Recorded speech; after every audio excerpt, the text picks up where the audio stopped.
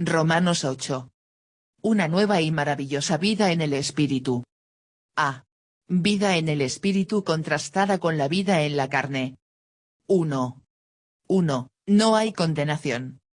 Ahora, pues, ninguna condenación hay para los que están en Cristo Jesús, los que no andan conforme a la carne, sino conforme al Espíritu. A. Ahora, pues, ninguna condenación hay. La simple declaración de ninguna condenación viene a aquellos que están en Cristo Jesús. Ya que el Dios el Padre no condena a Jesús, tampoco Él condenará a aquellos que están en Jesús. Ellos no están condenados, no serán condenados, y no pueden ser condenados. Y el ahora, pues de Pablo es importante. Significa que lo que él dice viene de un argumento lógico. Es como si Pablo comenzara, puedo probar lo que digo aquí. Esto es lo que él prueba, si somos uno con Jesús y Él es nuestra cabeza, no podemos ser condenados.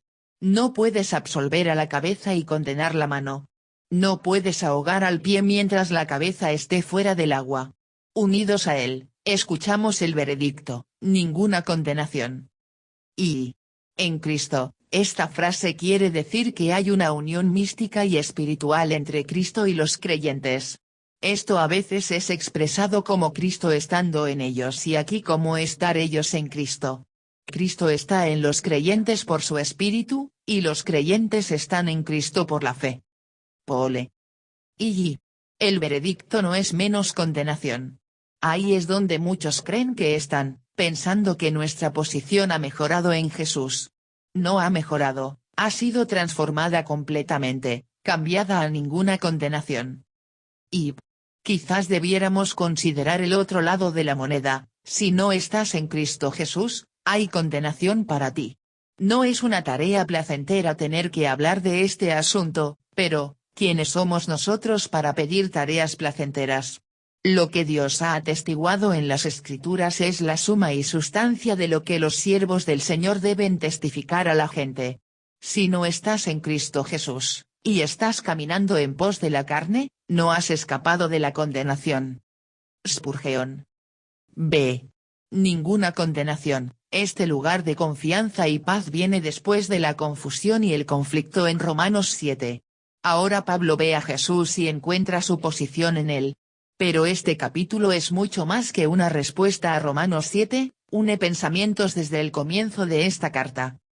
Y Romanos 8 comienza con ninguna condenación, termina con ninguna otra cosa creada nos podrá separar, y en medio no hay derrota. C. Los que no andan conforme a la carne, sino conforme al Espíritu. Estas palabras no se encuentran en los manuscritos primitivos del libro de los Romanos y no fluyen bien con el contexto de Pablo aquí. Quizás fueron añadidas por un escribiente el cual lo colocó por error o quizás pensó que él podría ayudar a Pablo al agregar estas palabras de Romanos 8 2.4. Y si bien es cierto que aquellos que están en Cristo no deberían ni consistentemente andan conforme a la carne, sino conforme al Espíritu, pero esta no es una condición para su estatus de ninguna condenación. Nuestra posición en Jesús es la razón de nuestra posición de ninguna condenación. Y los hombres más eruditos nos aseguran que no es parte del texto original. No puedo justo ahora entrar en las razones de esta conclusión, pero son razones muy buenas y sólidas.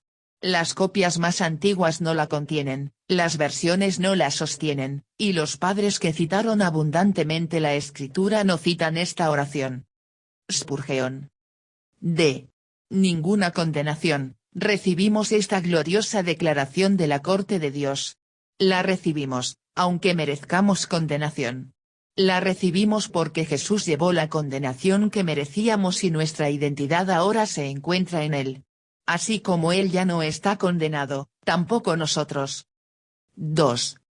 2.4. El contraste entre la vida en el Espíritu y la vida en la carne.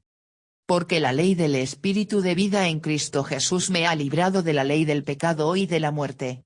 Porque lo que era imposible para la ley, por cuanto era débil por la carne, Dios, enviando a su Hijo en semejanza de carne de pecado y a causa del pecado, condenó al pecado en la carne, para que la justicia de la ley se cumpliese en nosotros, que no andamos conforme a la carne, sino conforme al Espíritu. A. La ley del Espíritu de vida en Cristo Jesús me ha librado de la ley del pecado y de la muerte. La ley del pecado y de la muerte era una ley fuerte y aparentemente absoluta. Cada pecado que cometemos y cada cementerio que vemos lo comprueba. Pero la ley del Espíritu de vida en Cristo es aún más fuerte, y la ley del Espíritu nos libera de la ley del pecado y de la muerte. Y somos hechos libres de la ley del pecado. A pesar de que él inevitablemente lo hace, el cristiano no tiene que pecar, porque él ha sido librado del dominio del pecado. Somos librados de la ley de la muerte ya no tiene poder duradero contra el creyente. Y Romanos 8:2.1 nos dice que somos libres de la culpa del pecado. Romanos 8:2.2 nos dice que somos libres del poder del pecado. B. Porque lo que era imposible para la ley, por cuanto era débil por la carne, la ley puede hacer muchas cosas. Nos puede guiar, enseñar y contar acerca del carácter de Dios. Pero la ley no puede dar energía a nuestra carne, nos puede dar el estándar, pero no puede darnos el poder para agradar a Dios.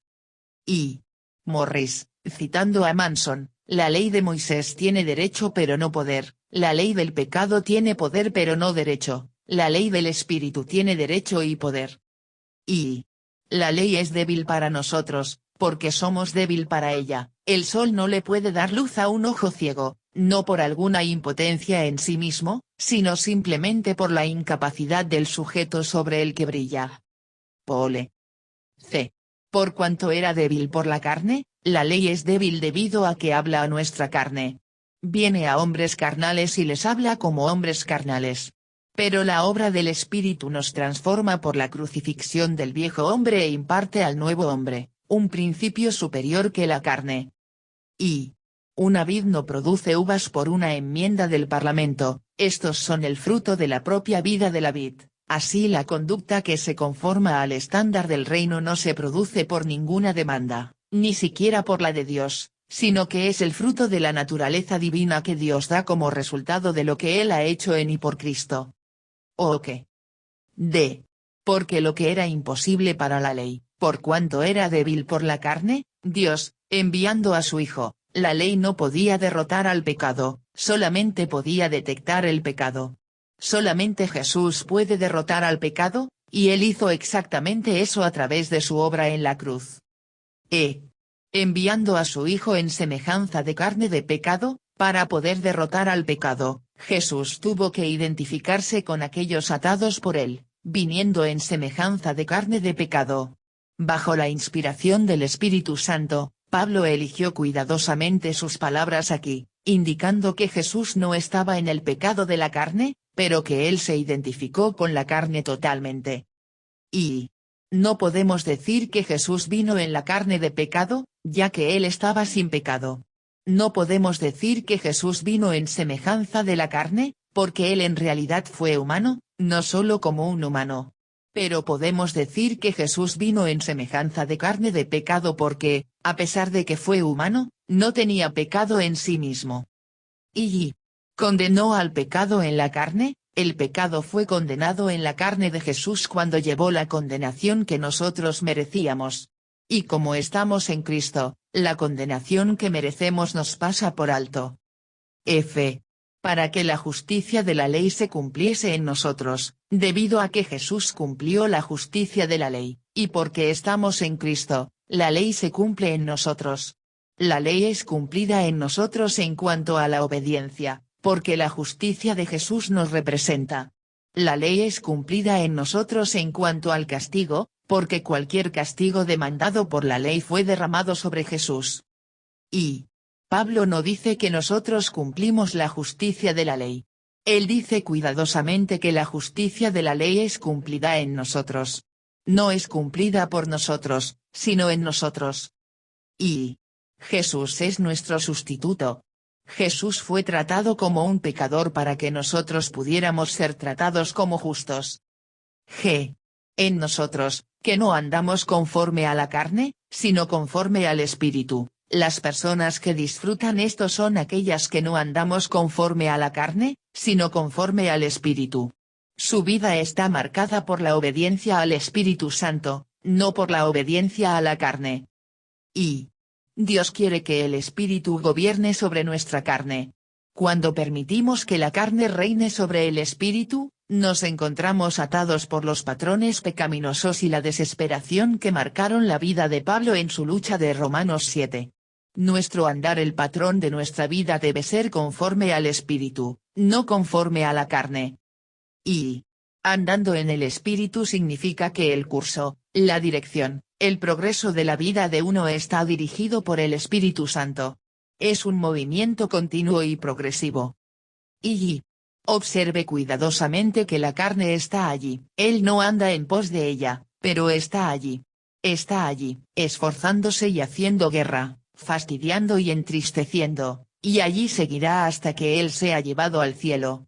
Está allí como extranjero y una fuerza detestable, y no allí para tener dominio sobre él. Él no anda tras ella, ni le obedece. Él no la acepta como su guía, ni permite que le conduzca hacia la rebelión. Spurgeon. 3. 5:8. La inutilidad de tratar de agradar a Dios en la carne. Porque los que son de la carne piensan en las cosas de la carne, pero los que son del Espíritu, en las cosas del Espíritu. Porque el ocuparse de la carne es muerte, pero el ocuparse del Espíritu es vida y paz. Por cuanto los designios de la carne son enemistad contra Dios, porque no se sujetan a la ley de Dios, ni tampoco pueden, y los que viven según la carne no pueden agradar a Dios. ¿Piensan en las cosas de la carne? Pablo nos da una manera fácil de saber si caminamos en el Espíritu o caminamos en la carne, el ver simplemente en qué cosas piensan nuestras mentes. La mente es el campo de batalla estratégico donde luchan la carne y el Espíritu. Y no debemos pensar que los que piensan en las cosas de la carne son solo los pecadores notorios. Pueden ser personas nobles que tienen buenas intenciones. Pedro tenía buenas intenciones cuando le dijo a Jesús que evitara la cruz, pero Jesús le respondió a Pedro con estas palabras fuertes: me eres tropiezo, ¿por qué no pones la mira en las cosas de Dios, sino en las de los hombres? Mateo 16:23. B. Porque el ocuparse de la carne es muerte. Cuando nuestras mentes están ocupadas en las cosas de la carne, ocuparse de la carne, traemos muerte a nuestras vidas. Pero el ocuparse del Espíritu trae vida y paz. Y, sin embargo, debemos protegernos contra una espiritualidad falsa y ver que Pablo se refiere a la carne hasta este punto como un instrumento de rebelión contra Dios. Pablo no se refiere a las necesidades físicas y emocionales normales de las cuales podemos pensar, solamente de la gratificación pecaminosa de esas necesidades. C. Los designios de la carne son enemistad contra Dios. La carne batalla en contra de Dios debido a que no quiere ser crucificada ni entregada al Señor Jesucristo. No quiere vivir. Gálatas 5:24, pero los que son de Cristo han crucificado la carne con sus pasiones y deseos. En esta batalla para domar la carne, la ley no tiene poder. Y Pablo no dijo que los designios de la carne están en enemistad con Dios, él puso un énfasis aún más fuerte que eso. Los designios de la carne son enemistad contra Dios. No es negro, sino oscuridad, no está en enemistad, sino es enemistad, no está corrompida, es corrupción, no es rebelde, es rebelión, no es malvado, es maldad en sí mismo. El corazón, a pesar de que sea engañoso, es positivamente engañoso, es malo en lo concreto, pecado en la esencia, es la destilación, la quinta esencia de todas las cosas que son viles, no tiene envidia contra Dios, es envidia, no es un enemigo, es enemistad real. Spurgeon. D. Porque no se sujetan a la ley de Dios, ni tampoco pueden. Podemos intentar hacer bien en la vida sin estar sujetos a la ley de Dios. Podemos esperar poner a Dios en deuda con nosotros a través de nuestras buenas obras, pensando que Dios nos debe. Pero no funciona. Según la carne no pueden agradar a Dios, aun cuando la carne hace cosas religiosas que son admiradas por los hombres. Y Newell acerca de Romanos 8:2.7, quizás ningún otro texto de la Escritura expresa de una forma más completa el horrendo estado de perdición del hombre en pos de la carne. 4. 9:11. Los cristianos tienen autoridad para vivir en el Espíritu. Mas vosotros no vivís según la carne, sino según el Espíritu, si es que el Espíritu de Dios mora en vosotros. Y si alguno no tiene el Espíritu de Cristo, no es de él. Pero si Cristo está en vosotros, el cuerpo en verdad está muerto a causa del pecado, mas el Espíritu vive a causa de la justicia. Y si el Espíritu de aquel que levantó de los muertos a Jesús mora en vosotros, el que levantó de los muertos a Cristo Jesús vivificará también vuestros cuerpos mortales por su Espíritu que mora en vosotros. Mas vosotros no vivís según la carne, sino según el Espíritu, si es que el Espíritu de Dios mora en vosotros, debido a que el Espíritu Santo es dado a cada creyente cuando nace de nuevo. Cada cristiano tiene dentro de sí un principio más alto y más poderoso que el principio de la carne. Y muchas personas sinceras todavía están espiritualmente bajo el ministerio de arrepentimiento de Juan el Bautista. Su estado es prácticamente el de la lucha de Romanos 7, donde no se menciona a Cristo ni al Espíritu Santo, sino solo un alma estimulada, pero sin liberar en batalla bajo un sentido de deber, no un sentido de plena aceptación en Cristo con el sello del Espíritu Santo. Newell. B. Y si alguno no tiene el Espíritu de Cristo, no es de él. Esto significa que cada creyente tiene el Espíritu Santo. Es equivocado dividir a los cristianos entre los llenos del Espíritu y los no llenos del Espíritu. Si una persona no está llena del Espíritu Santo, entonces no es cristiana. Y, sin embargo, muchos se pierden de vivir la vida cristiana en plenitud constante del Espíritu porque no son llenos del Espíritu, como lo ordenó Pablo en Efesios 5:18. No tienen experiencia de lo que Jesús habló cuando describió los ríos de agua viva que fluyen del creyente, Juan 7:2.37-39. ¿Y cómo sé que tengo el Espíritu? Haz estas preguntas. Punto centrado, ¿te ha llevado el Espíritu a Jesús? Punto centrado, ¿ha puesto el Espíritu en ti el deseo de honrar a Jesús? Punto centrado, ¿te conduce el Espíritu a ser más como Jesús? Punto centrado, ¿está obrando el Espíritu en tu corazón? C.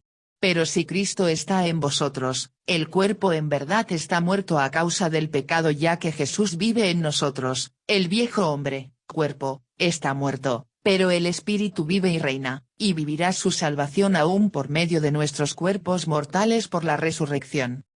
Y no solamente nosotros estamos en Cristo, Romanos 8:2.1. Pero Él también está en vosotros, y ya que Dios no puede morar en un hogar con pecado, el cuerpo, viejo hombre, tuvo que morir cuando Jesús entró. B. Nuestra obligación, vivir en el Espíritu. 1. 12:13. Nuestra deuda es con el Espíritu, no con la carne. Así que, hermanos, deudores somos, no a la carne, para que vivamos conforme a la carne, porque si vivís conforme a la carne, moriréis, mas si por el Espíritu hacéis morir las obras de la carne, viviréis. Deudores somos, no a la carne, para que vivamos conforme a la carne, otra vez, en el sentido estricto de la carne pecaminosa en rebelión contra Dios, no nos dio nada bueno. Por lo tanto, no tenemos ninguna obligación de complacerle o consentirle. Nuestra deuda es con el Señor, no con la carne. B. Porque si vivís conforme a la carne, moriréis. Pablo nos recuerda constantemente que el vivir conforme a la carne termina en muerte. Necesitamos ser recordados porque muy seguido somos engañados al pensar que la carne nos ofrece vida. C. Por el Espíritu hacéis morir las obras de la carne. Cuando hacemos morir las obras de la carne, forzando a la carne pecaminosa a someterse al Espíritu, debemos hacerlo por el Espíritu. De otra manera seremos como los fariseos y espiritualmente orgullosos. Y Pablo nos dice que no solo somos salvos por la obra del Espíritu, sino que también debemos caminar por el Espíritu si queremos crecer e ir tras la santidad en el Señor. No podemos ser como algunos de los gálatas que pensaron que podían comenzar en el Espíritu y luego encontrar la perfección espiritual a través de la carne, Gálatas 3:2.3. 2. 14:15. Viviendo en el Espíritu significa viviendo como un hijo de Dios. Porque todos los que son guiados por el Espíritu de Dios, estos son hijos de Dios. Pues no habéis recibido el espíritu de esclavitud para estar otra vez en temor, sino que habéis recibido el espíritu de adopción, por el cual clamamos, Abba, Padre. Estos son hijos de Dios. Es adecuado que los hijos de Dios sean guiados por el Espíritu de Dios. Sin embargo, no debemos pensar que ser guiados por el Espíritu es una condición previa para ser un hijo de Dios. En lugar de eso, nos hacemos hijos primero y luego el Espíritu de Dios nos guía. Y Pablo no dijo, todos los que van a la iglesia, estos son hijos de Dios. Él no dijo, todos los que leen sus Biblias, estos son hijos de Dios. Él no dijo, todos los que son patriotas de su país, estos son hijos de Dios. No dijo, todos los que participan en la comunión, estos son hijos de Dios. En este texto, la prueba para ver si somos hijos es si somos guiados por el Espíritu de Dios. ¿Y cómo nos guía el Espíritu Santo? Punto centrado. Somos guiados con dirección.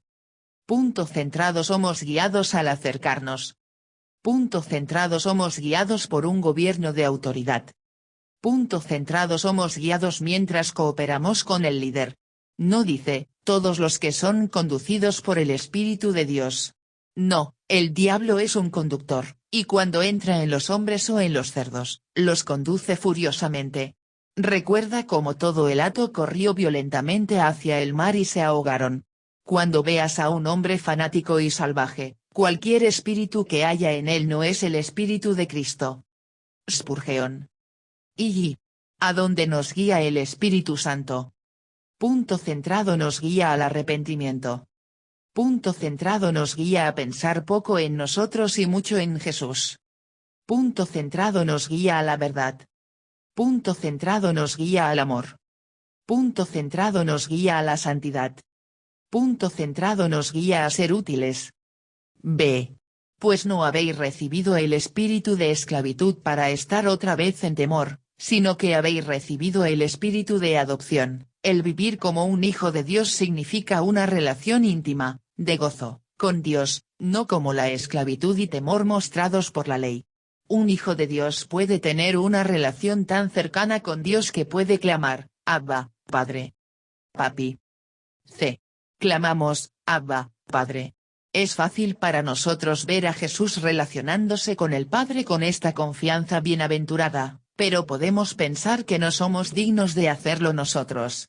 Sin embargo, recuerda que estamos en Cristo, tenemos el privilegio de relacionarnos con el Padre de la misma manera que lo hace Cristo Jesús. Y en el mundo romano del primer siglo después de Cristo, un hijo adoptivo era un hijo elegido deliberadamente por su padre adoptivo para perpetuar su nombre y heredar sus bienes, no era inferior en estatus a un hijo nacido del curso ordinario de la naturaleza. Bruce. Y bajo la adopción romana, la vida y la posición del hijo adoptado cambiaban completamente. El hijo adoptivo perdía todos los derechos de su antigua familia y ganaba todos los nuevos derechos de su nueva familia. La vieja vida del hijo adoptado era completamente borrada, con todas las deudas canceladas, sin nada de su pasado contado en su contra. 16. La evidencia que somos hijos de Dios, el testimonio del Espíritu Santo. El Espíritu mismo da testimonio a nuestro espíritu, de que somos hijos de Dios. El Espíritu mismo da testimonio a nuestro espíritu, de que somos hijos de Dios. En pocas palabras, Pablo dice que aquellos que son hijos de Dios, nacidos de nuevo por el Espíritu de Dios, conocen su estatus porque el Espíritu Santo testifica a nuestro espíritu que así es. Y esto no quiere decir que no haya quienes piensen o asuman erróneamente que son hijos de Dios aparte del testimonio del Espíritu. También hay cristianos cuyas mentes están tan nubladas por ataques espirituales que comienzan a creer la mentira de que, después de todo, no son hijos de Dios. Sin embargo, el testimonio del Espíritu todavía está allí. Somos hijos de Dios, no debemos de preguntarnos si en verdad somos cristianos o no. Los hijos de Dios saben quiénes son. Y La ley judía decía que de la boca de 2 o 3 testigos todo debía de ser establecido, Deuteronomio 17 2.6. Hay 2 testigos de nuestra salvación, nuestro propio testimonio y el testimonio del Espíritu Santo. 4. 17. Los beneficios y responsabilidades como hijos de Dios. Y si hijos, también herederos, herederos de Dios y coherederos con Cristo, si es que padecemos juntamente con Él, para que juntamente con Él seamos glorificados. A. Y si hijos, también herederos, debido a que estamos en Cristo, tenemos el privilegio de relacionarnos con el Padre de la manera que lo hace Jesús. Por lo tanto, somos herederos de Dios y coherederos con Cristo. Y el ser un hijo de Dios también significa tener una herencia. En Lucas 18:18 el hombre principal le preguntó a Jesús, signo de interrogación abierta, ¿qué haré para heredar? Signo de interrogación, pero el hombre principal no entendió porque la herencia no es cuestión de hacer, es cuestión de ser parte de la familia correcta. B. Si es que padecemos juntamente con Él, debido a que estamos en Cristo, también somos llamados a compartir su padecimiento. Los hijos de Dios no están inmunes al sufrimiento o a la aflicción. C. Si es que padecemos juntamente con Él, para que juntamente con Él seamos glorificados. De hecho, el compartir los padecimientos presentes es una condición para nuestra futura glorificación. En lo que a Dios concierne, todo es parte del mismo paquete de filiación, sin importar cuánto quiera nuestra carne tener la herencia y la gloria sin el sufrimiento. C. La vida en el Espíritu nos habilita a entender y soportar el padecimiento. 1. 18. El análisis de Pablo de las aflicciones del tiempo presente y de la gloria venidera, no se pueden comparar entre sí. Pues tengo por cierto que las aflicciones del tiempo presente no son comparables con la gloria venidera que en nosotros ha de manifestarse. A. Pues tengo por cierto que las aflicciones del tiempo presente no son comparables. Pablo no era ajeno ni ciego a las aflicciones de la existencia humana, él experimentó más que la mayoría de nosotros hoy. Sin embargo, aún consideraba que la gloria futura sobrepasaba a las aflicciones presentes. B. La gloria venidera que en nosotros ha de manifestarse, sin una esperanza celestial, Pablo consideraba a la vida cristiana como necia y trágica, 1 Corintios 15:19. Pero a la luz de la eternidad, es la decisión más sabia que alguien puede hacer. C. Que en nosotros ha de manifestarse, esta gloria venidera no solamente será revelada a nosotros, pero en realidad será manifestada en nosotros. Y Dios ha puesto esta gloria en el creyente desde ahora mismo. Cuando estemos en el cielo, la gloria simplemente será manifestada. La gloria será manifestada, no creada. La implicación es que ya existe, pero no es aparente. Morris. 2. 19:22. Toda la creación espera y anhela esta gloria venidera. Porque el anhelo ardiente de la creación es el aguardar la manifestación de los hijos de Dios. Porque la creación fue sujetada a vanidad, no por su propia voluntad, sino por causa del que la sujetó en esperanza, porque también la creación misma será libertada de la esclavitud de corrupción, a la libertad gloriosa de los hijos de Dios. Porque sabemos que toda la creación gime a una, y a una está con dolores de parto hasta ahora. A. El anhelo ardiente de la creación es el aguardar. Pablo considera que la creación misma está esperando ansiosamente la manifestación de los hijos de Dios, debido a que la creación fue sujetada a vanidad debido al pecado del hombre, y se beneficiará de la redención definitiva del hombre. Y Isaías 11:2.6-9 describe esta redención de la creación en ese día: morará el lobo con el cordero, y el leopardo con el cabrito se acostará, el becerro y el león y la bestia doméstica andarán juntos, y un niño los pastoreará. La vaca y la osa pacerán, sus crías se echarán juntas, y el león como el buey comerá paja. Y el niño de pecho jugará sobre la cueva del áspid, y el recién destetado extenderá su mano sobre la caverna de la víbora.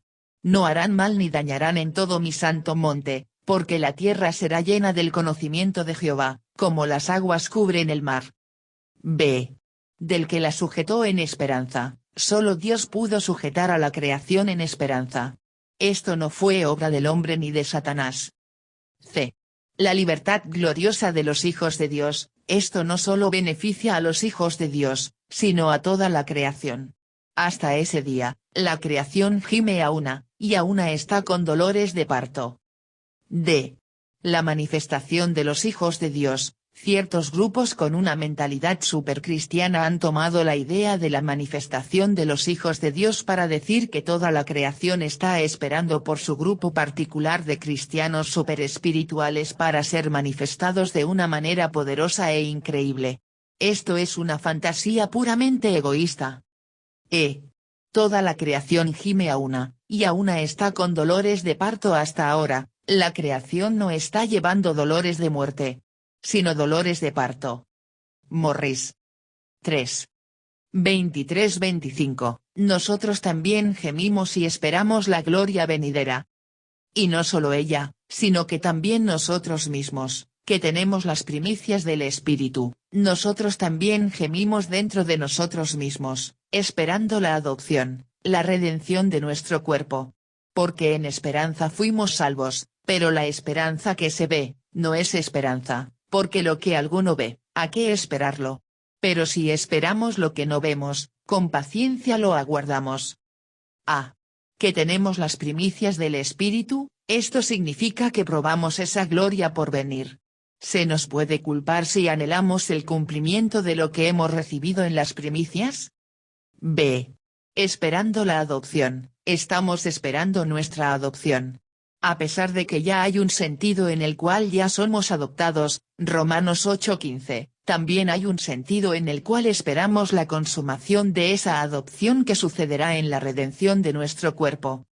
Y Dios no ignora a nuestros cuerpos físicos en su plan de redención.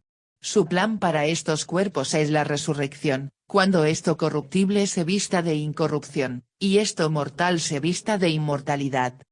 1 Corintios 15:53. C. Con paciencia lo aguardamos, el cumplimiento de nuestra redención es algo que todavía está distante, pero la esperamos con fe y paciencia, confiando que Dios es fiel a su palabra y que la gloria prometida será una realidad. Y Morris acerca de paciencia, es la actitud del soldado el cual en medio de la batalla no desmaya pero pelea con firmeza sin importar las dificultades. 4. 26-27. La ayuda de Dios por el Espíritu está disponible para nosotros hoy. Y de igual manera el Espíritu nos ayuda en nuestra debilidad, pues ¿qué hemos de pedir como conviene? No lo sabemos, pero el Espíritu mismo intercede por nosotros con gemidos indecibles. Mas el que escudriña los corazones sabe cuál es la intención del Espíritu, porque conforme a la voluntad de Dios intercede por los santos. Y de igual manera el Espíritu nos ayuda en nuestra debilidad, cuando somos débiles, y no sabemos exactamente lo que hemos de orar, Dios mismo, por medio del Espíritu Santo, nos ayuda haciendo intercesión por nosotros. B. Gemidos indecibles. Esta ayuda del Espíritu puede incluir orar con el don espiritual de las lenguas. 1 Corintios 14 2.2, 14-15, pero ciertamente no es limitada a orar en una lengua extraña. Y la idea es simplemente el comunicar algo que nosotros no somos aptos para expresar. Estos gemidos dentro de nosotros no se pueden articular sin la obra intercesora del Espíritu Santo. Y por supuesto, es el propósito del don de lenguas. Permitirnos comunicarnos con Dios de una manera que no es limitada a nuestro propio conocimiento o habilidad de articular nuestro corazón ante Dios. El propósito de las lenguas no es probar que estamos llenos del Espíritu o que somos especialmente espirituales. C. Conforme a la voluntad de Dios, la ayuda del Espíritu Santo en la intercesión es perfecta porque Él escudriña los corazones de aquellos que Él ayuda y puede guiar nuestras oraciones conforme a la voluntad de Dios. 5. 28-30. La ayuda de Dios es una promesa duradera, Él tiene la capacidad de obrar todas las cosas para bien y de llevarnos a la glorificación. Y sabemos que a los que aman a Dios, todas las cosas les ayudan a bien, esto es, a los que conforme a su propósito son llamados. Porque a los que antes conoció, también los predestinó para que fuesen hechos conformes a la imagen de su Hijo, para que Él sea el primogénito entre muchos hermanos. Y a los que predestinó, a estos también llamó, y a los que llamó, a estos también justificó, y a los que justificó, a estos también glorificó. Y sabemos que todas las cosas les ayudan a bien. La soberanía y capacidad de Dios de manejar cada aspecto de nuestras vidas es demostrada por el hecho que a los que aman a Dios, todas las cosas les ayudan a bien, aunque debemos de enfrentarnos a las aflicciones del tiempo presente. Romanos 8:18. Dios puede hacer que incluso esas aflicciones obren para nuestro bien y para el suyo. B. Todas las cosas. Dios es capaz de obrar todas las cosas, no solo algunas cosas. Él obra cada una para bien. Esta promesa es para aquellos que aman a Dios dentro del marco del entendimiento bíblico del amor, y Dios maneja los asuntos de nuestra vida porque somos llamados conforme a su propósito. C. Porque a los que antes conoció, también los predestinó para que fuesen hechos conformes a la imagen de su Hijo. La cadena eterna de la obra de Dios se ve en la conexión entre los que antes conoció, predestinó, llamó, justificó, y glorificó. Dios no comenzó una obra en los romanos simplemente para abandonarlos en medio de su aflicción presente. Y Pablo está diciendo que Dios es el autor de nuestra salvación, y eso desde el principio hasta el fin.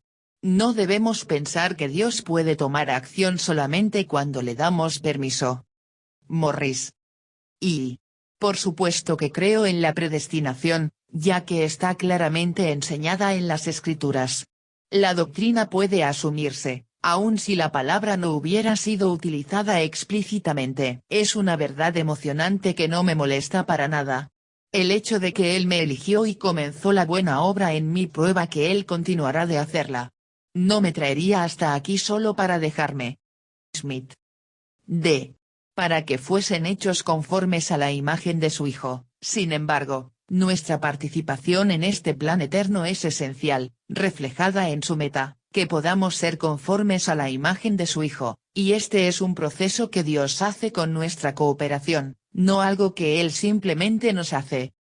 Que Él sea el primogénito entre muchos hermanos, esta es la razón del plan de Dios.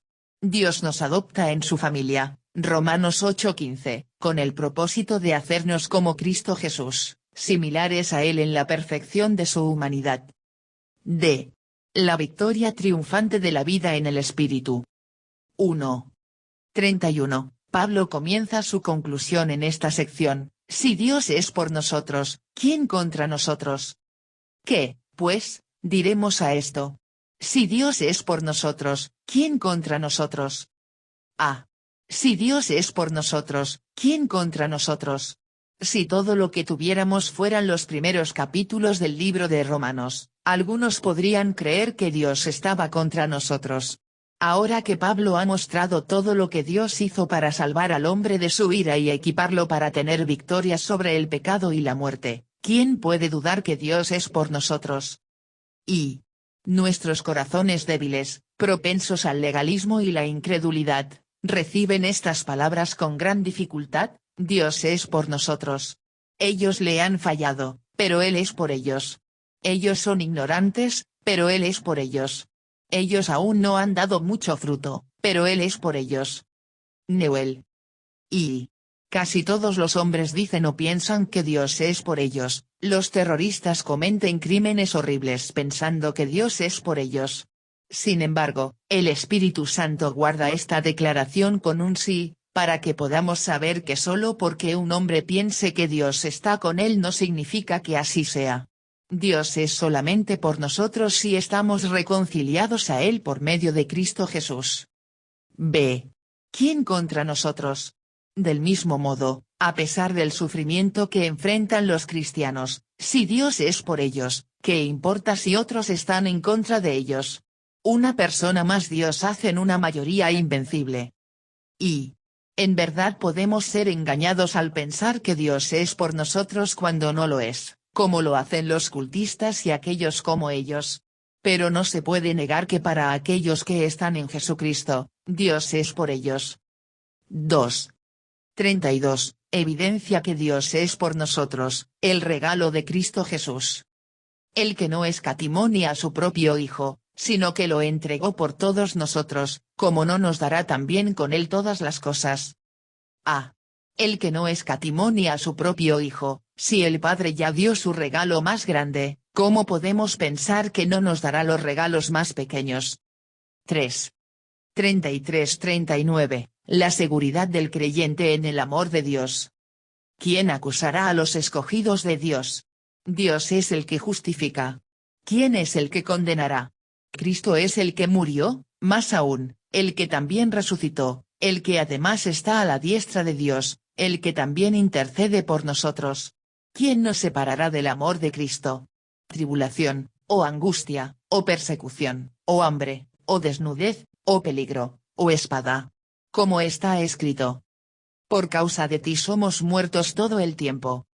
Somos contados como ovejas de matadero. Antes, en todas estas cosas somos más que vencedores por medio de aquel que nos amó. Por lo cual estoy seguro de que ni la muerte, ni la vida, ni ángeles, ni principados, ni potestades, ni lo presente, ni lo porvenir, ni lo alto, ni lo profundo, ni ninguna otra cosa creada nos podrá separar del amor de Dios, que es en Cristo Jesús Señor nuestro. A. ¿Quién acusará a los escogidos de Dios? Estamos seguros de cualquier cargo contra nosotros. Si somos declarados no culpable por el juez supremo, ¿quién puede presentar un cargo adicional? B. ¿Quién es el que condenará? Estamos seguros de toda condenación. Si Jesús es nuestro defensor, promoviendo nuestro beneficio, ¿quién puede condenarnos? C. Más que vencedores por medio de aquel que nos amó. No importa cuáles sean nuestras circunstancias, ningunas aflicciones del tiempo presente pueden separarnos del amor de Dios. Esto nos hace más que vencedores. Y. Earle acerca de desnudez, este término el día de hoy sugiere indecencia en desfile. En aquel entonces significaba la falta de ropa simplemente porque alguien no tenía los medios o la manera de conseguirla. Y. Espada, esta palabra implica ejecución. Es el único objeto de la lista que Pablo aún no había experimentado personalmente, 1 Corintios 4:11 y 15:30. D. Más que vencedores, ¿cómo es el cristiano más que vencedor? Punto centrado: él vence con un poder mayor, el poder de Jesús. Punto centrado: él vence con un motivo mayor, la gloria de Jesús. Punto centrado: él vence con una victoria mayor, sin perder nada aún en la batalla. Punto centrado: él vence con un amor más mayor, conquistando enemigos con amor y convirtiendo a los enemigos con paciencia. Ni ninguna otra cosa creada nos podrá separar del amor de Dios, que es en Cristo Jesús Señor nuestro. Nada que aparente ser bueno o nada que aparente ser malo nos podrá separar del amor de Dios.